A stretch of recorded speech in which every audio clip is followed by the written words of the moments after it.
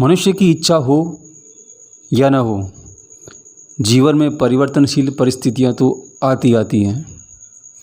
आज उतार है तो कल चढ़ाव है। जो गिरे हैं वे कल उठते भी हैं और चढ़े हुए गिरते भी हैं। आज चारों ओर कई दोस्त हैं तो हो सकता है कि कल सुख दुख की पूछने वाला भी कोई ना हो। जीवन में ऐसा होना नियति का चक्र, सहज और स्वाभाविक नियम है।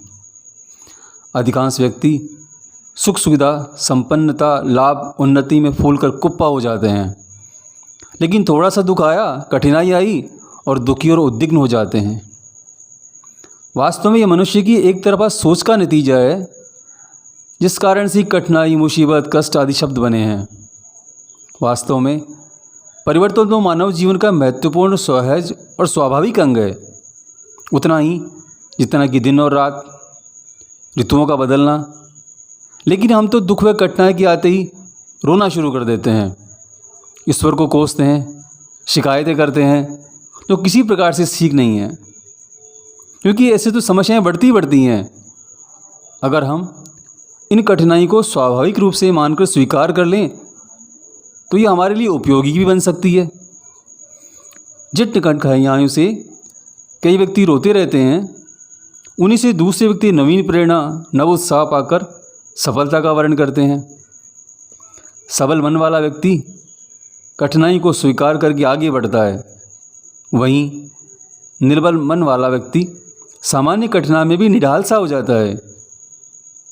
आखिरकार परीक्षा की कसौटी पर प्रतिष्ठित हुए बिना कोई भी वस्तु उत्कृष्टता प्राप्त नहीं कर सकती और उसका कोई मूल्य भी नहीं होता है।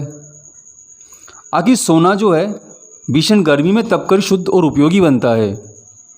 कड़ी धूप में तपने से ही खेतों में खड़ी फसल पकती है। आग की भयानक गर्मी सह करके ही लोहा सांचे में ढलने लायक बनता है। जन जन द्वारा पूजी जाने वाली जो मूर्ति होती हैं, वह पैनी छेनी की असंख्य चोटें सहती है। परीक्षा की अग्नि में तपकर ही वस्तु शक्तिशाली और उपयोगी बनती है। मनुष्य भी कठिनाइयों में तपकर ही उत्कृष्ट और महत्वपूर्ण बनता है।